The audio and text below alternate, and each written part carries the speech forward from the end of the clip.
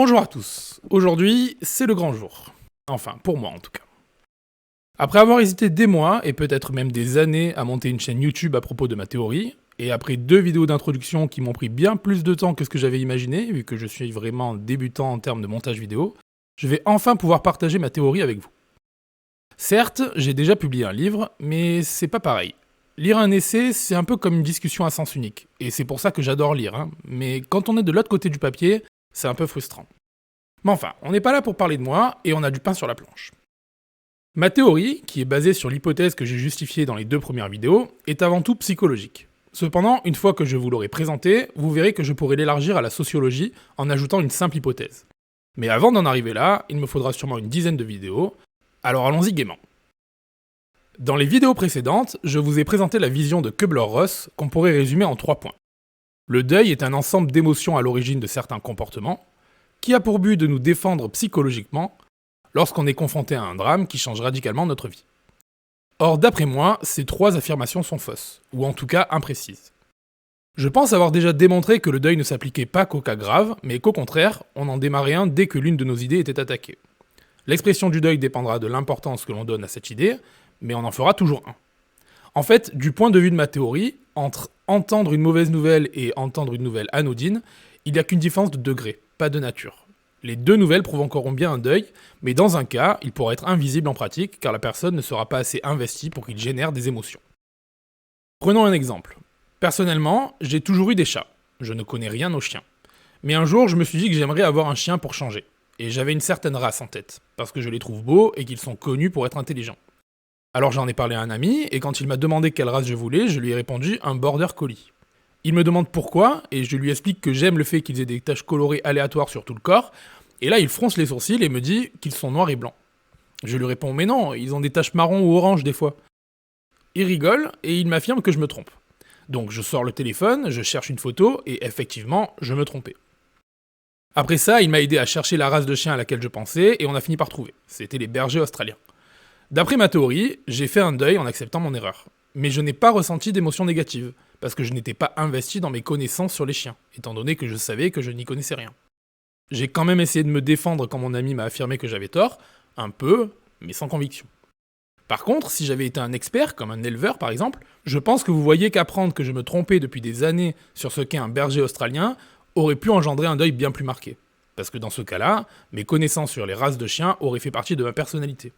Ou en tout cas de ma vie professionnelle. La 3e caractéristique du deuil de Kübler-Ross est donc fausse. Nous ne faisons pas un deuil que dans des cas graves, nous entrons en deuil dès que l'une de nos idées est attaquée.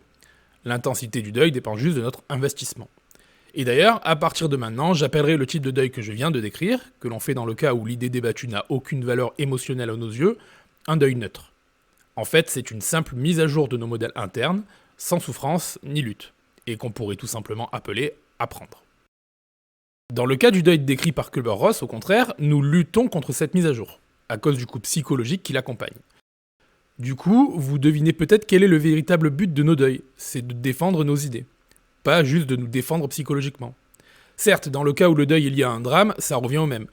Le terme défense psychologique est adapté. Mais ce n'est qu'un cas particulier, parce qu'en fait, le deuil de Kübler-Ross n'est qu'un cas particulier de ma théorie, tout comme le deuil neutre que je viens de décrire. Ok, donc on a corrigé la seconde caractéristique, il me reste plus que la première. Kübler-Ross dit que le deuil est un ensemble d'émotions qui se traduisent par des comportements. Mais il y a un terme plus adéquat en réalité, et je vais essayer de vous le faire deviner. D'après Kübler-Ross, nous traversons 4 phases avant d'accepter, c'est-à-dire de mettre à jour nos modèles internes. D'abord, le déni, phase pendant laquelle on tente plus ou moins inconsciemment de ne pas entendre, d'ignorer le changement à l'origine du deuil. S'il est impossible d'éviter le choc, c'est-à-dire d'ignorer, on entre dans la phase de colère, pendant laquelle on essaie de trouver un coupable. Et pourquoi au fait? Pour se venger? Pas vraiment. Imaginez que quelqu'un vous vole votre montre ou votre bijou préféré. Vous allez avoir envie de le retrouver, mais le but n'est pas vraiment de vous venger, ça c'est qu'un bonus. En fait, ce que vous voulez, c'est récupérer votre bien. D'après moi, le but de cette phase est donc d'agir pour tenter de revenir dans le monde où le changement n'existait pas. Seulement voilà, parfois, agir est inutile, ou impossible. Du coup, on marchande. Soit pour revenir dans le monde d'avant, où notre idée n'avait pas été remise en cause, soit pour obtenir quelque chose en échange de notre acceptation. En fait, on cherche à minimiser nos pertes, à limiter les dégâts. Et quand rien ne marche, ni agir, ni marchander, on se renferme. On s'isole dans un petit monde dans lequel notre idée n'est pas encore morte, même si elle l'est pour tous les autres. Un monde dans lequel on contrôle la vérité, c'est-à-dire notre illusion. Et on reste dans cet état tant que l'idée d'accepter nous paraît plus désagréable que d'être seul. Alors, qu'en dites-vous? Ou plutôt, que voyez-vous? Le deuil est-il simplement un ensemble d'émotions provoquant des comportements? Ou y a-t-il quelque chose qui précède ces émotions? Voilà ce que je pense. Si le but de nos deuils est effectivement de défendre nos idées, alors le deuil est un ensemble de stratégies, que l'on met en œuvre de façon plus ou moins consciente. 4 stratégies que l'on peut nommer ainsi. Ignorer, agir, marchander et fuir. Et nos émotions ne sont que des messages que notre inconscient nous envoie pour nous faire adopter ces stratégies. Comme pour la peur, qui nous prépare à agir ou à fuir quand on est en danger. Ce schéma n'est pas encore complet, car je dois vous détailler chaque phase en détail pour ajouter ce qu'il manque. Et c'est ce que je ferai dans les prochaines vidéos. Mais il permet au moins de se faire une première idée, et surtout de vous donner ma définition du deuil. Le premier théorème de ma théorie en quelque sorte. Le deuil est un ensemble de stratégies, plus ou moins conscientes, à l'origine de nos émotions et donc de nos comportements, qui ont pour but de sauver nos modèles internes lorsqu'ils sont remis en cause. En fait, c'est juste une version améliorée de l'hypothèse que je vous ai proposée dans la première vidéo. Mais vous comprenez peut-être pourquoi il m'a fallu faire 2 vidéos d'introduction pour en arriver là. Je pense que j'ai déjà donné quelques arguments pour appuyer cette hypothèse, mais ce n'est pas fini. Car vu sous cet angle, on peut faire toute une série d'analyses que la vision de Kübler-Ross ne permettait pas. D'abord, la raison même de l'existence des différentes phases peut être justifiée, en quelque sorte. S'il n'y a que ces 4 phases-là, c'est parce qu'il n'existe en fait pas d'autres stratégies. Quand on nous présente une idée, on peut soit l'ignorer, soit agir pour la faire disparaître, soit l'altérer pour la rendre la plus acceptable possible, soit l'éviter à tout prix. Et c'est tout. Nous n'avons pas d'autres modalités d'action. Nous pouvons simplement ne pas entendre, agir, parler et fuir, ou s'isoler. Bref, en gros, on essaie tout ce qu'on peut pour garder nos modèles. Cela dit, on ne le fait pas dans n'importe quel ordre, parce que toutes ces stratégies n'ont pas les mêmes coûts. Coûts que l'on veut bien sûr minimiser. Et pour ne pas changer, je vais accompagner mon explication d'un schéma. Traçons un graphique. En abscisse, on va aligner nos 4 stratégies. Et grâce aux ordonnées, on va mesurer le coût de ces stratégies. Pour le reste de cette vidéo, je vais surtout me placer dans le cas d'une conversation, comme je l'avais fait avec le médecin et le copain infidèle. Ça me permettra de montrer plus de réactions associées à chaque phase, mais je prendrai aussi une série d'exemples plus variés après ça pour que vous compreniez comment j'adapte les stratégies aux conditions dans lesquelles le deuil apparaît. Bon, on commence évidemment par ignorer l'idée potentiellement gênante, puisque cette stratégie n'a tout simplement aucun coût. Si on n'entend pas, si on ne voit pas, on ne peut clairement pas faire de deuil. Au pire, on peut entendre d'une oreille et laisser tranquillement l'information traverser notre boîte crânienne et ressortir de l'autre côté. Ensuite, on oublie et c'est fini. On n'a rien eu à changer, on n'a pas eu à s'adapter. En fait, c'est comme s'il ne s'était rien passé. Avant de continuer, je veux être sûr que vous compreniez une chose très importante. Le deuil est un processus en grande partie inconscient, puisque c'est justement le processus qui permet une idée d'atteindre notre conscience. Donc quand je dis on fait ci, on fait ça, pensez à chaque fois que ça peut être totalement inconscient.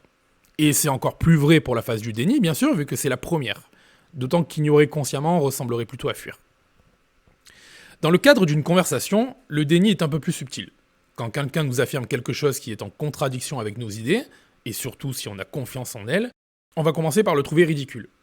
On aura donc tendance à se montrer un peu paternaliste, et en fonction des conditions de la conversation, de ce qu'on ressent pour cette personne ou de notre personnalité, on pourra être hautain, condescendant ou arrogant. Jusqu'à ce que cette personne donne l'argument de trop, celui qui provoquera le choc. Que ce soit durant une conversation ou pas, si le choc est inévitable, on passe à la deuxième phase. Ici, ce qu'on veut, c'est agir pour revenir dans le monde confortable que l'on vient de quitter. Tout à l'heure, j'ai pris l'exemple de la montre volée, mais on peut aussi imaginer qu'on l'a perdue ou cassée et qu'elle est simplement tombée par terre. Dans ce cas-là, le déni n'arrangera évidemment rien. On passe donc à l'action.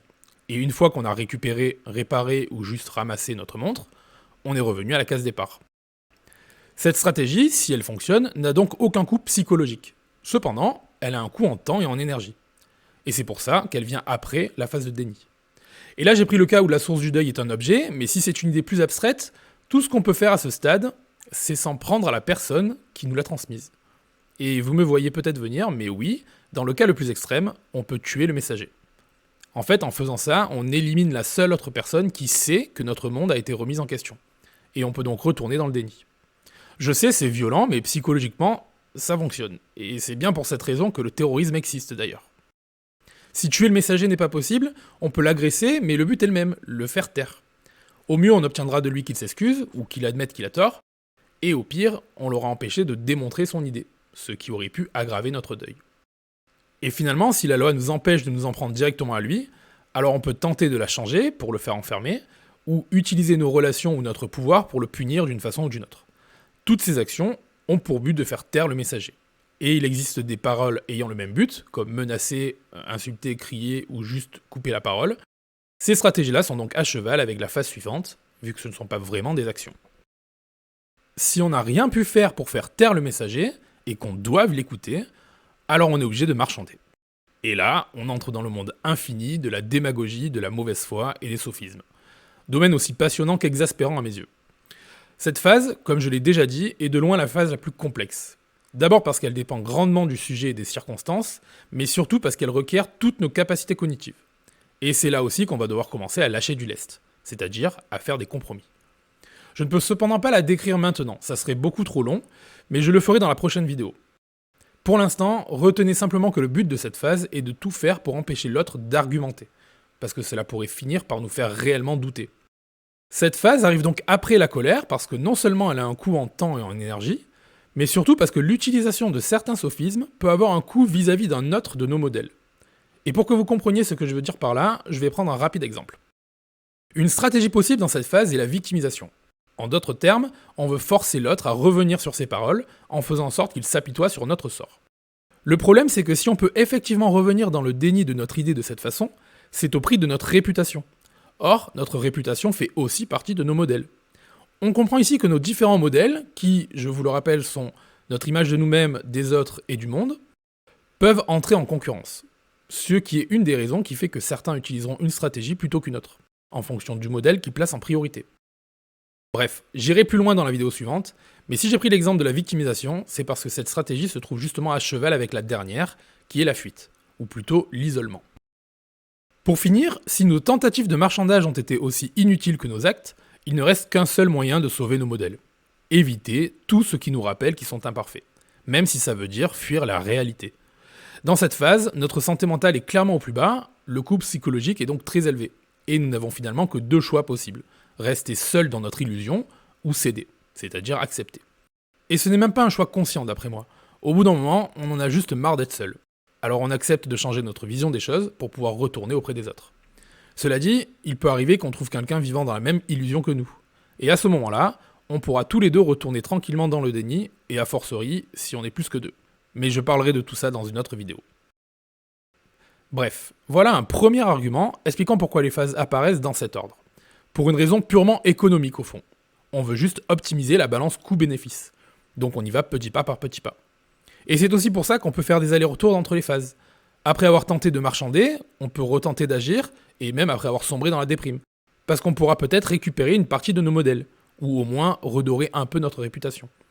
Et d'ailleurs parfois c'est souhaitable, car tous les deuils ne doivent pas être faits.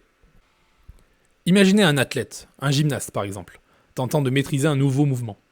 Un mouvement qu'il pense être à sa portée étant donné ses compétences, ou plutôt la vision qu'il en a. À son premier essai, il a peut-être même cru qu'il allait y arriver immédiatement, ou qu'au pire il suffirait de s'entraîner un peu. Seulement voilà, quand la cloche sonne la fin de l'entraînement, il se rend soudain compte qu'il y a passé 2 heures sans pour autant progresser d'un pouce. Et il commence donc à s'énerver. En fait, la cloche a fait office de choc, et il est entré dans le deuil d'une idée remettant en cause quelque chose d'important pour lui, ses compétences en tant que gymnaste. À ce moment-là, il pourra donc, de proche en proche, envoyer valser le matériel, s'insulter, remettre en cause la qualité de l'équipement, se trouver des excuses, ou finalement affirmer qu'il ne va pas bien ces derniers temps et que ça se ressent dans ses performances, avant de finalement se taire et peut-être même se cacher.